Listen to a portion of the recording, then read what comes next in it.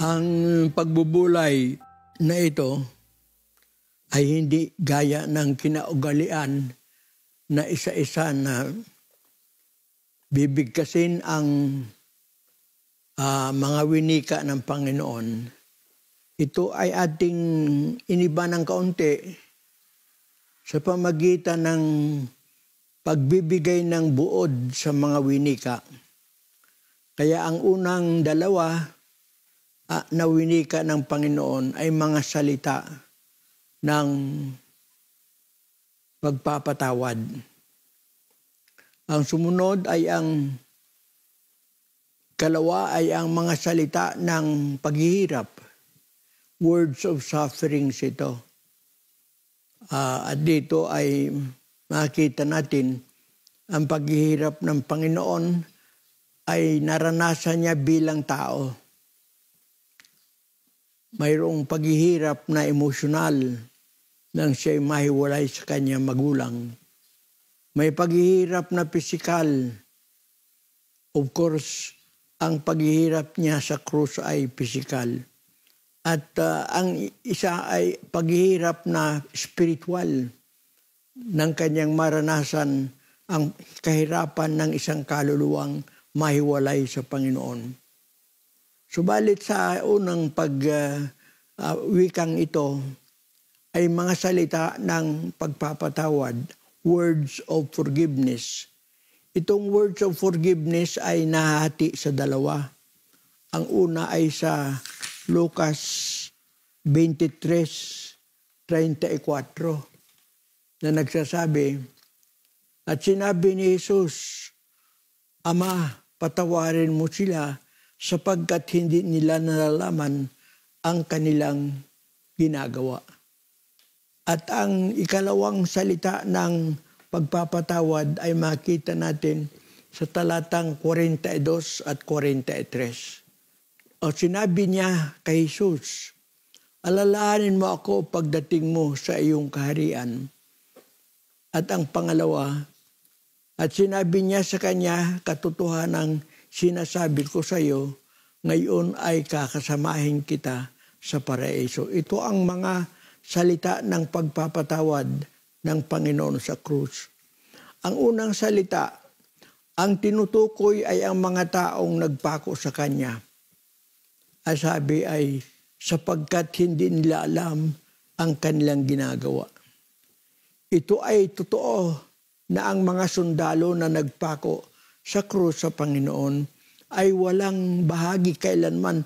Ang bahagi lang nila ay ang magpukpok ng martilyo sa pako para siya ay maipako sa krus.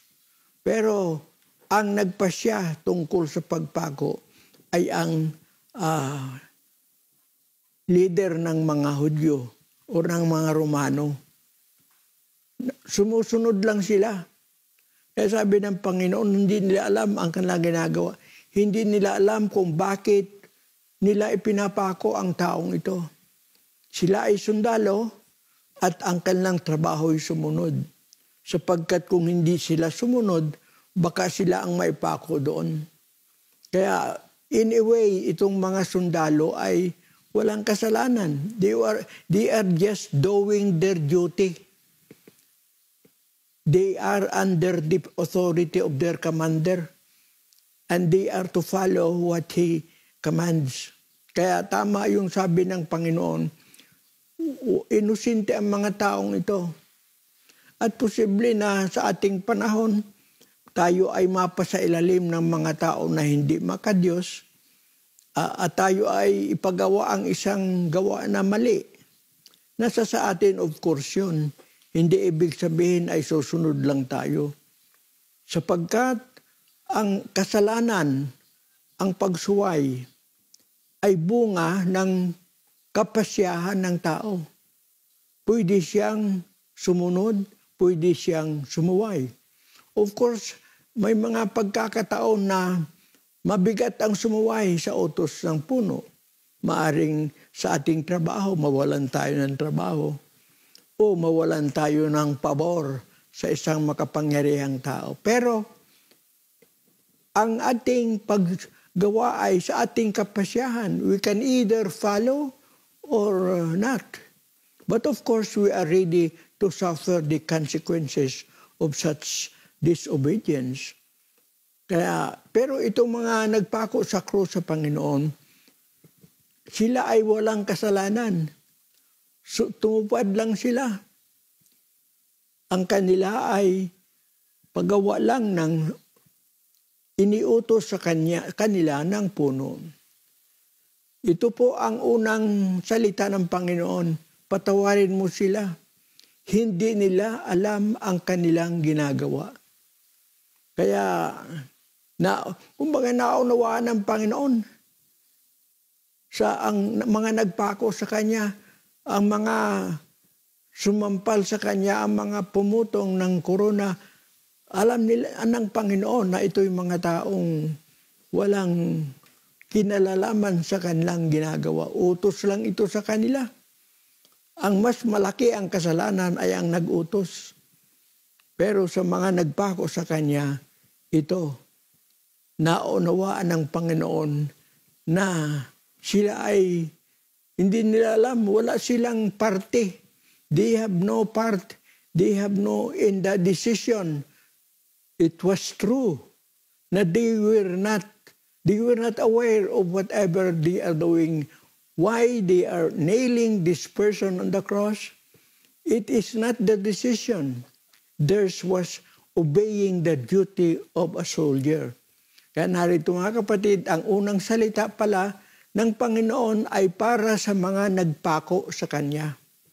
Sa talata na 42 at 43, ang sabi naman, at sinabi niya kay Jesus, alalahanin mo ako pagdating mo sa iyong kaharian.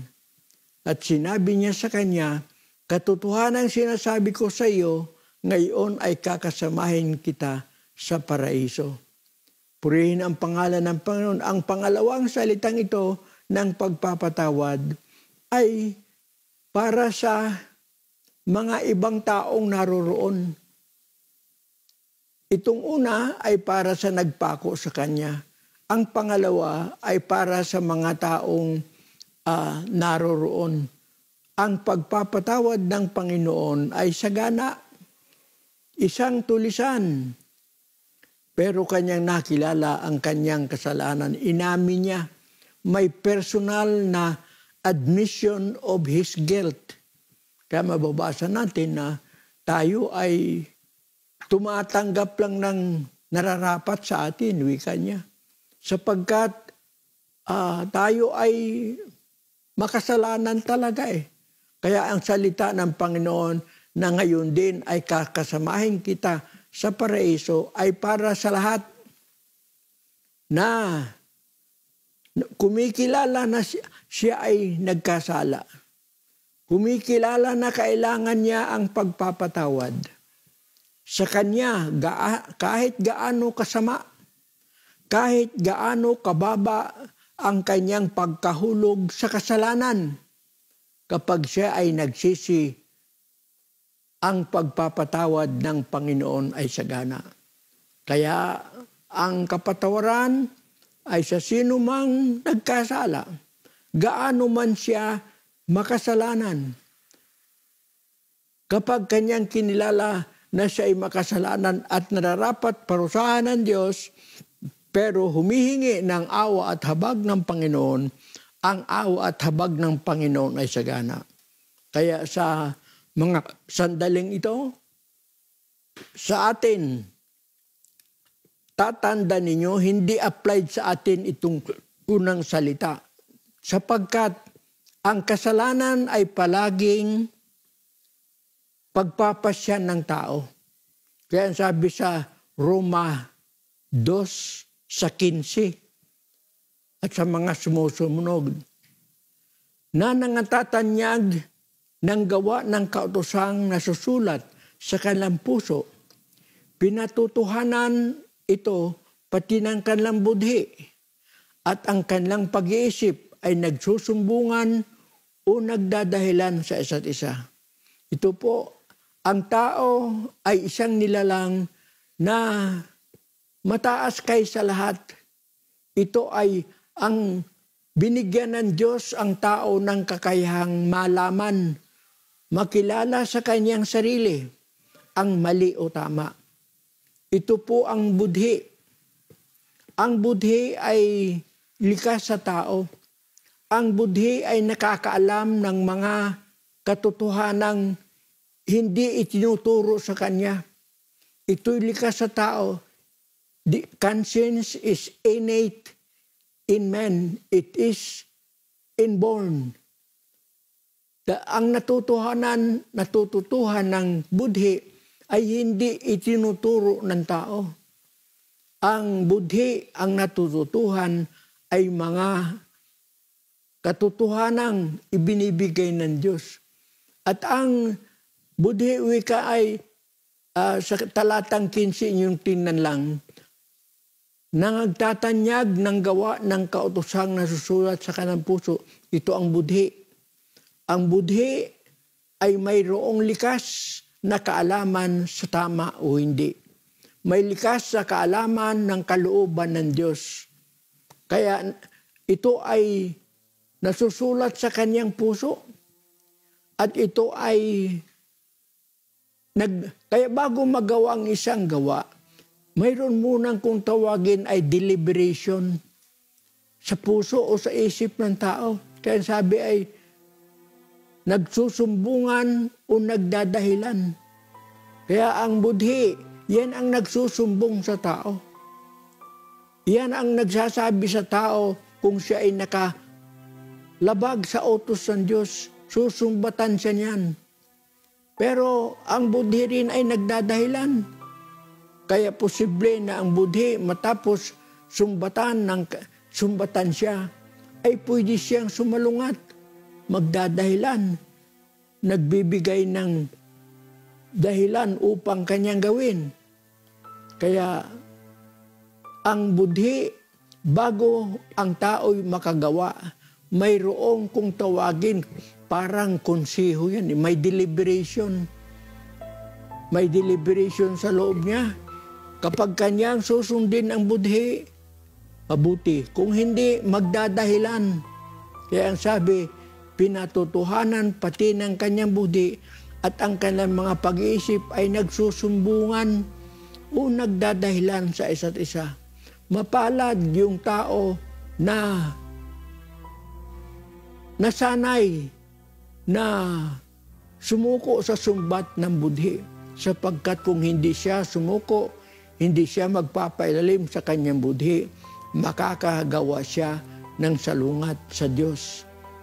Mapaparusahan siya. Sapagkat ang budhi rin ay alam na sa Diyos ang kasalanan ay pinaparusahan.